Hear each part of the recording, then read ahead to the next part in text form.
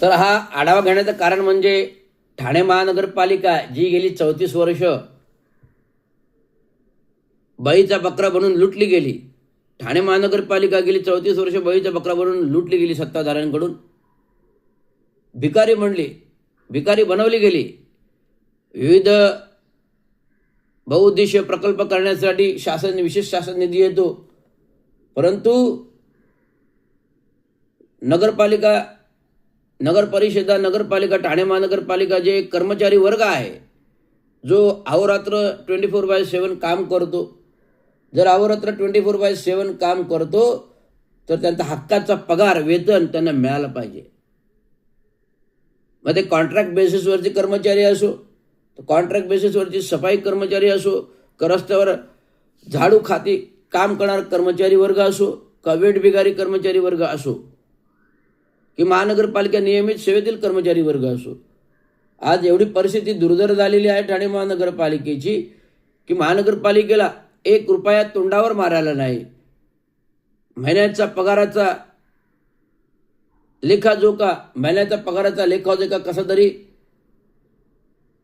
Tax वसुलीतून, म्हणजे property tax असेल, स्थावर मालमत्ता टॅक्स असेल, पाणी टॅक्स असेल, शहर विकास टॅक्स असेल, जन्म मृत्यू प्रमाणपत्र टॅक्स असेल, विविध अतिक्रमणांचा टॅक्स दंडात्मक वसुली असेल, अशा विविध वसुलीतून स्थावर मालमत्ताची असेल, अशा विविध वसुलीतून जो कर महानगरपालिकेत येतो त्या करावर महानगरपालिका कर्मचाऱ्यांचं वेतन दिलं जातं. GST चालू झाल्यापासून एक प्रणाली टॅक्स GST एक प्रणाली टॅक्स चालू झाला.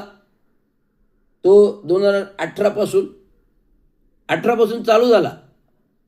तर 18 पासून GST जसं आलं, एक प्रणाली टॅक्स आला, तर या एक प्रणाली टॅक्समध्ये महानगरपालिकेची स्वतःची यंत्रणा होती, म्हणजे ऑक्ट्राय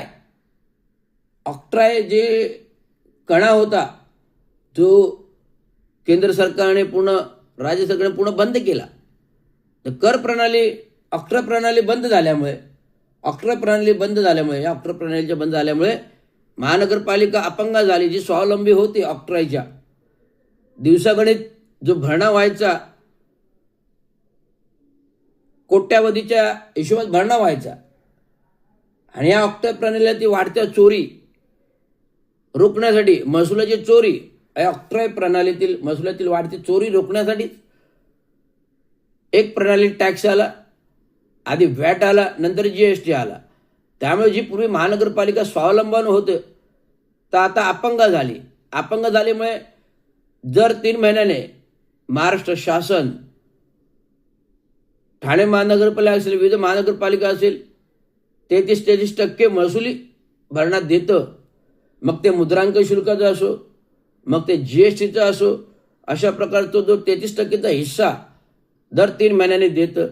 या 3 महिन्यातून आलेल्या हिस्सावरच आणि महानगरपालिकेची कर प्रणाली, स्थावर मालमत्ता, पाणी खातं, शहर विकास, जन्म मृत्यू विकास, प्रॉपर्टी, अनाधिकृत बांधकामे, यातून आलेली वसुली आणि हा 3 महिन्यातून येणारा GSTची वसुली, यातून महानगरपालिकेच्या कर्मचाऱ्यांचं वेतन दिलं जातं. रिटायर्ड कर्मचाऱ्यांची भविष्य निर्वाह भत्ता, सेवानिवृत्त वेतन दिलं जातं. त्यामुळे अशा प्रकारे ही दुर्धर अवस्था महानगरपालिकेची असताना आज महानगरपालिकेच्या अंतर्गत विविध विशेष प्रकल्पीय कामं चालू आहेत. आता निवडणुका आचारसंहिता आहे. महिनाभरात सगळ्या निवडणुका आटपतील. नवीन बॉडी येईल. या नवीन बॉडीमध्ये आम्ही महाराष्ट्र म्युनिसिपल कर्मचारी युनियन आणि जे काही स्वतंत्र मजूर पक्षाचे उमेदवार निवडून येतील, हे ठोसपणे महानगरपालिकेच्या नवीन बॉडीमध्ये आपले विचार, प्रश्न मांडतील की येणारे बहुउद्देशीय विकास प्रकल्प सगळे बंद करा आणि महानगरपालिका प्रथम आर्थिक सक्षम करा. हा आमचा नारा असेल. पूर्वीची जी महानगरपालिकेचं श्रीमंतीचं वैभव, मुंबईनंतर 2 नंबरची महानगरपालिका श्रीमंतीचं वैभव परत महानगरपालिकेला मिळवून द्यायचं, हा आमचा कटाक्ष असेल. कारण ही महानगरपालिका त्यावेळेचे जुने जाणते नेते विविध नेते, नारायण कोळी असेल, गम कोळी असेल, मारुतराव शिंदे असतील, दिवंगत कामगार चांगो शिंदे असतील, सतीश प्रधान असेल, यांनी जे काही महानगरपालिकेला वैभव दिलं, हे वैभव पूर्ण रसातळाला धुळीमध्ये मिळालं. जो नाव होतं महानगरपालिकेचे श्रीमंत महानगरपालिका 2 नंबरची, ते पूर्ण रसातळाला. महानगरपालिका आजच्या घडीला भिकारी झालेली आहे.